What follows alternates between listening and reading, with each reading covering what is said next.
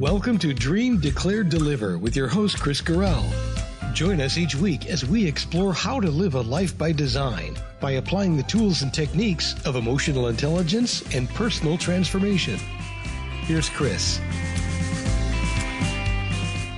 Well, hi, everybody. Welcome to Dream, Declare, Deliver, the Learning to Feel segment, as I described in our first session.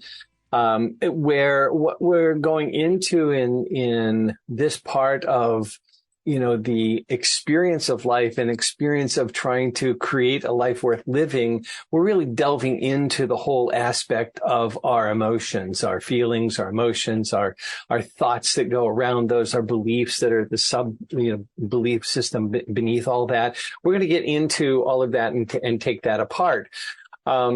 Before I start, though, I have to recall that I've been asked by several people, what's the meaning of the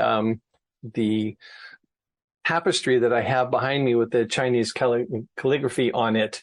And it's something from the I Ching. Each of those symbols refers to a different thing.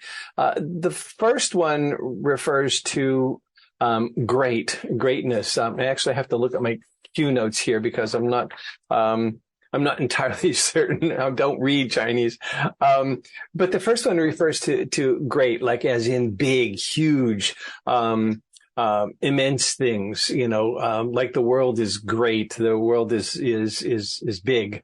The second symbol refers to virtues, morals, our standards, our ways of being. The third character is about carrying, holding on to, bearing the weight of, and being able to handle. And the last one is everything. It could be the world, it could be things in general, or great things. And when they're put together, the phrase actually states that great virtue carries everything.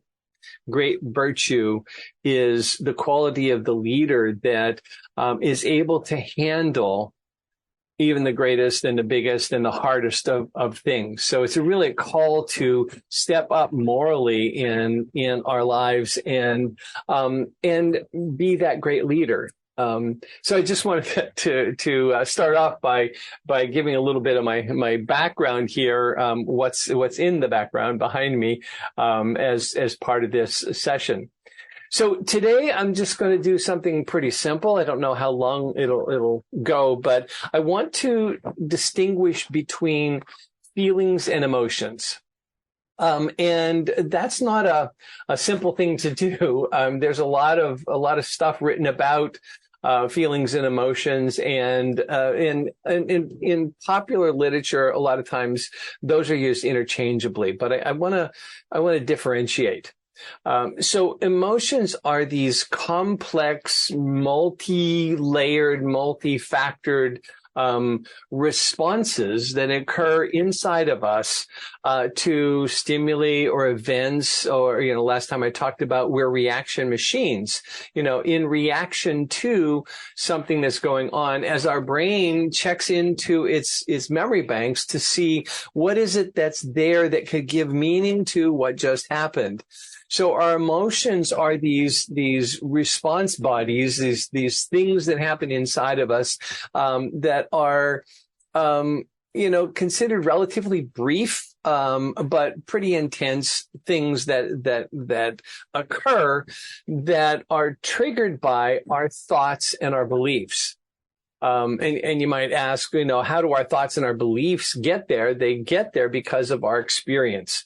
So as we go through life from before we're born, we experience in the womb even the care of our mother, or if our mother is in trauma or anxious or whatever, the fetus actually experiences that too and can come out, colicky or nervous or whatever.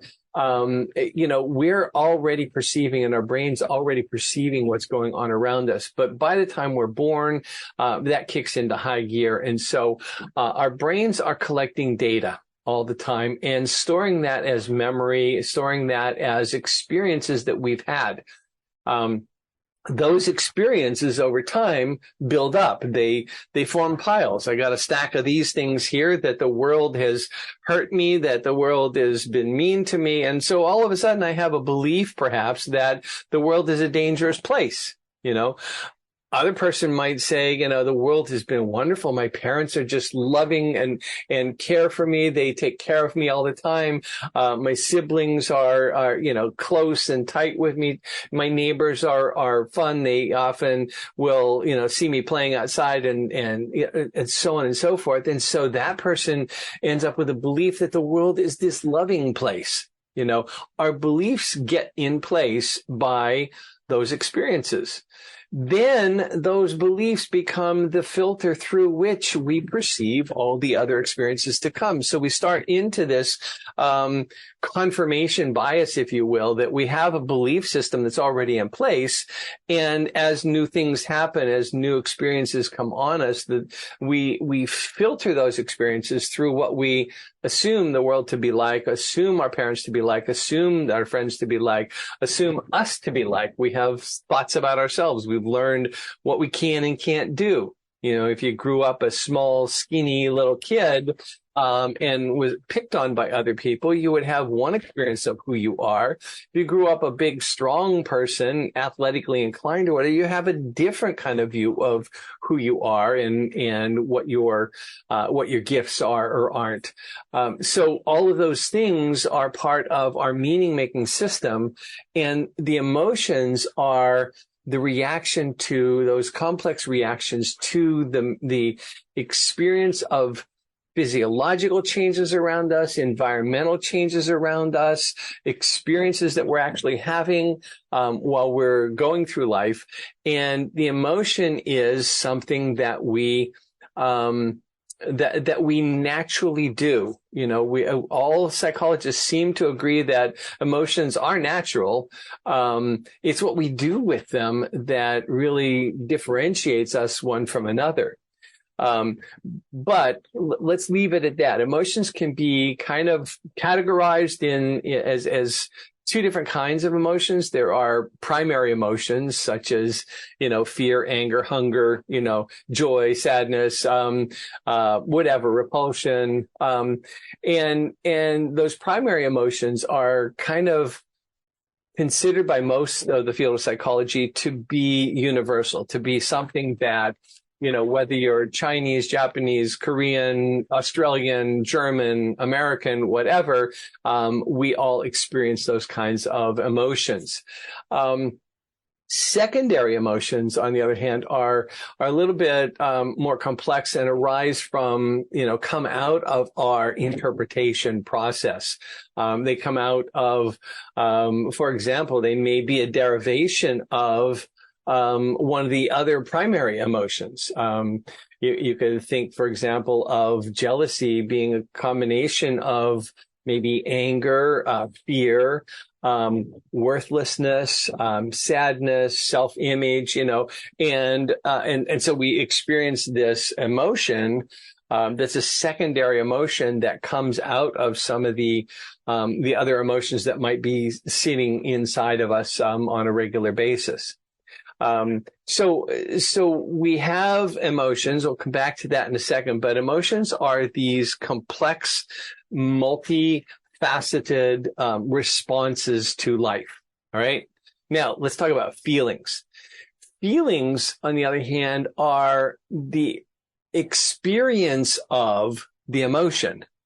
They're the experience of what's going on inside of us as we go through that appraisal or that evaluation of what's going on. So we have our primary reaction, our primary and secondary emotions, and then we have a somatic experience. There's a bodily sense of something going on. Take, for example, the emotion fear. What we experience as feelings when we have the emotion fear is our pulse races, our breathing gets shallow and rapid. We get cold, clammy hands because our blood is concentrated into the central organs of our body, and we don't get as much out to our hands and feet, so we get cold hands and feet. maybe even clamminess, sweatiness, and things like that, as certain systems, autonomic systems, are fired up by that emotion, and we experience the feelings that are associated with fear as those bodily sensations. So, think of love, for example, another good one to think of. Love is this, I don't even want to get into it. It's so complex. There are so many factors of what we experience in that emotion.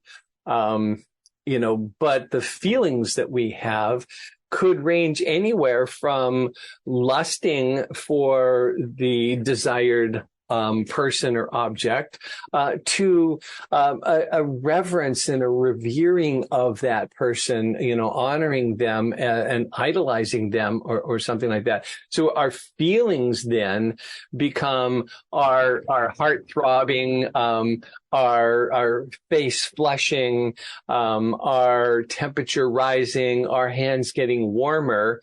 Because we're not in fear of that. We're actually attracted to the person that we love, or the situation that we love, or the experience that we're having that is a loving experience. So all of those things turn on different physiological responses. What we mostly go through life experiencing or noting is our feelings. We are aware of our feelings. We're not as aware of our emotions. So when we talk about emotional intelligence, one of the things that we're really talking about is trying to get in touch with what's the emotion that those somatic bodily sensations, those feelings, are coming from. Are they coming from an emotion called disgust? Are they coming from an emotion called anger? Are they coming from an emotion called love or compassion or gratitude? Or where are they coming from? So what we use in emotional intelligence in training people to become much more emotionally cognizant is that we pay attention to our feelings. All right. We pay attention to what's going on in our bodies so that we can get a sense of what's the real emotion that we're feeling. Right. So let's say, for example, in fear, fear tells us to run away. So part of our fear response, the fight, flight, or freeze response that we have when fear is the emotion, the fight, flight, freeze are the feelings that we get. We want to run away from it. We want to get to safety. We want to do something to take care of ourselves, because that emotion is causing these reactions. So they're really interlocked, feelings and emotions, but I want to try to pull them apart, because helping us, if we start looking at what is it that I'm running away from, I can get to what the emotion is. Oh, that's a fear. But then here's the big part. Then there's a thought or a belief system that's already in place that's behind the fear emotion. Panic in my body, upsetness, tightness of muscles, perspiration, shallow, rapid breath, ready to fight. All of those kinds of things are my feelings. Oh, I'm in fear. What is the belief then that's behind my fear? And we can port back to the world is a safe place. The world is a scary place. We can port back to, let's see, we see a tiger or a lion approaching us, or some vicious beast approaching us. We can go back to a place where we say, oh, those are mean, nasty animals. I could be their prey, and so there's a belief system there. I always marvel at this guy who posts videos on Facebook or, TikTok or one of the social medias, a guy who trained, and nursed a small lion cub to health when it was young. They released it to the wild again, and then 10 years later he goes back, and this huge alpha male lion comes charging out of the bush towards him.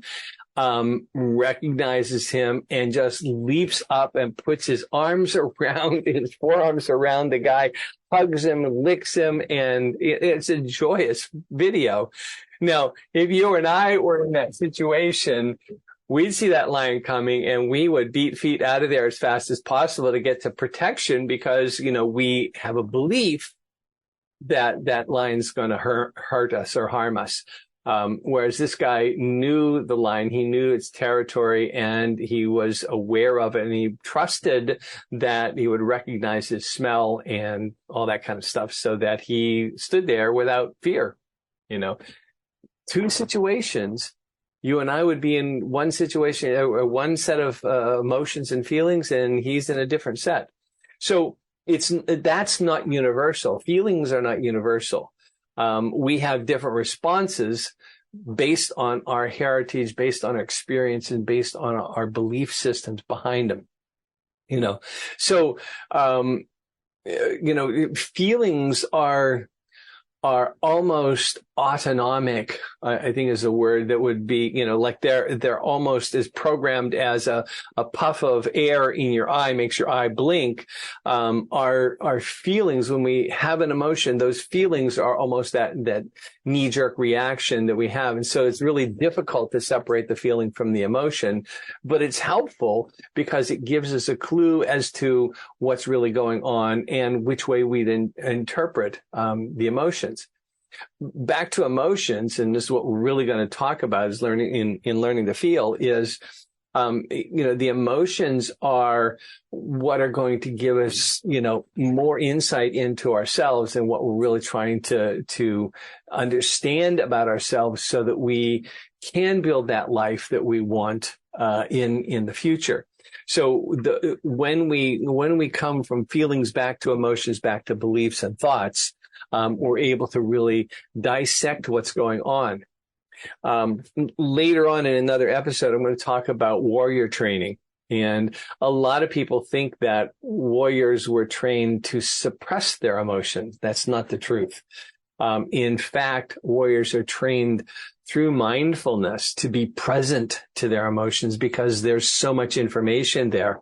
If we look at what's the difference, for example, between anger and frustration, those are two different emotions. They're going to be experienced as feelings in a very similar kind of way. Think about that for a second. If you're frustrated with something, your upset level, your body, tends to get up and charged and ready to do battle with something. Likewise, if you're angry at something, anger is an emotion that says whatever just happened was wrong and I need to fix that, right? Frustration is an emotion that says, things are not going the way I anticipated or wanted to go, and I need to look at what's the possible source of that, or how do I rectify that. So we, can do some fine tuning by knowing which of those two emotions is behind the feeling of wanting to do something to fix it, right? Frustration or anger. Those, however, are two completely different sources in the belief world, because if you're thinking of frustration comes out of my expectations. And remember, the brain's job is to project into the future from its past experience. So everything that we perceive right now goes through that referral process and then projection into the future. That happens all the time. And even when we're not, in a direct experience of something, your brain is already forecasted. It's already projected into the next moment. And so we walk around with a set of expectations all the time. It's very rare, and you have to be a master at mindfulness to not be walking with your expectations already in place. So So when things don't go according to plan, I read this wonderful example of how we know that happens. When things don't go according to our expectations, we have to adjust to that. And so that throws us for a little loop. Those are kind of frustrations and stuff. I'll give you an example of how this works in daily life. The moving sidewalks at the airport, they get you from one terminal to the other end, or one really long terminal. I'm thinking of O'Hara or DIA in Denver. There's these long traverses that you have to make. And so you step on the moving sidewalk. Now I always walk on those sidewalks because it's fun to go a little bit faster than people who are walking beside me on the regular pavement. And so your brain knows that you're on a moving sidewalk, or a moving floor. And it knows that when it comes to an end, it's going to have an adjustment to make. But it's always wrong. I always, no matter how much I anticipate I'm going to have to walk a little faster there, it catches me, because my brain's not entirely accurate at projecting into the expectation world. It makes up stuff and it makes projections, but there's a kind of a discord between what it projects and what actually happens. So we have this little that happens at the end when we step off the moving sidewalk and onto solid ground again, where we expected to have to change our pace, but the change was different than what we expected. That's kind of what happens in a great big sense in terms of our expectations and our frustrations. So frustration is an experience of the difference between what we expected and what's really happening, right? Anger is a different emotion. Anger is, as I said, is something just happened that to you or to another person, because anger can happen about seeing somebody be victimized in front of you. And your body's reaction is, that's not right. That's wrong. That's bad. And so we get an emotion called anger, which is, I need to fix that. I need to right that wrong. There's a wrong that's been done. It needs to be righted. It can't go on this way. Now, put that into the context of our belief system. The world is fair. The world is not fair. The world is ambivalent. Doesn't give a damn whether you like it or not. It just is. It's going to flow its rivers. It's going to have its forest fires. It's going to do all those things. And it really doesn't give a crap what you think. Whatever your belief system is about the world, the universe, and things around you, when something is wronged, when something is violated, that reaction is different than when you expect something to happen and it doesn't happen the way you expected it. So the differentiation between anger and frustration gets clearer as you deep dive into the backdrop behind your emotions and your feelings, right? So today, I just really wanted to get into those distinctions about feelings and emotions, there's a lot of psychological theory that goes around this, and the world is kind of divided. There's a long time ago, William James, kind of the father of modern psychology, said that all emotions come from physiological charges or physiological changes, things that we experience in our body. So he felt that it was the other way around, that the feelings were the source of the emotion, Then later on, they turned around the other way, that the emotions are the source of the feelings, of the physiological response. And that theory lived for a while. Then, I don't know who it was, came along after that, who suggested the two theory, the two-factor theory that it's a combination of both the physiological arousal and the belief and mindset that goes on inside of that. And then I think later on, what we've come to in modern psychology is what I propose, which is that feelings exist and emotions exist. They're part of our human anatomy and physiology, and that what we can use them for is more of an appraisal of our world, an appraisal of ourselves, and an introspective tool than to worry about, is this is it the chicken or an egg, kind of thing. So, I didn't want to get into like a lot of theory on that, but the whole point is that emotions and feelings have been debated. Well, William James was around in the late 1800s, 1890, 1880, somewhere in that area. So for at least, 100 plus years, we've been debating what's the difference between feelings and emotions. So it's not something that is clearly defined by anybody, by the field of psychology, but it is something that we get to be aware of as we're looking at learning to feel and learning to experience our emotions in a way that we can use our emotions. The whole purpose of learning to feel, getting out of that numbness that we've been beaten into in modern society, the whole purpose of regaining our emotional being and our ability to feel and emote is so that we have more control over our behaviors, so that we have a better chance to understand where we're going, and how to get there, and what will support us in getting there.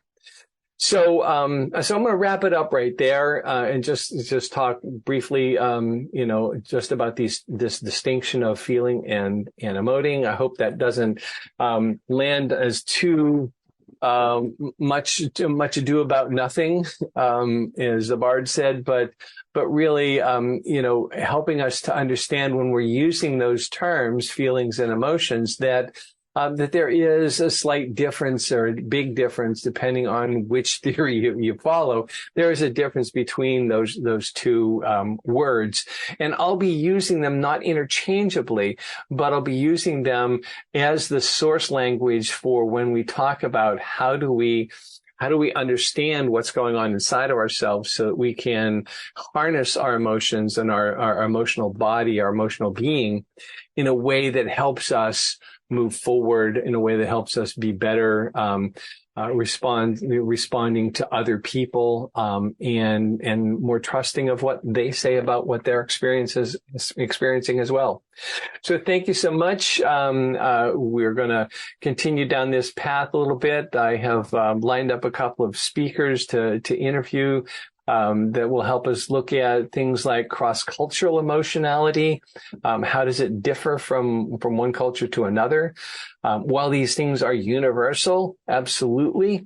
I mean, we're all humans. We laugh when we're happy and we cry when we're sad. But what makes us happy and what makes us sad? What makes us angry or frustrated or in love or things like that is different because of the language and the culture that we grew up in.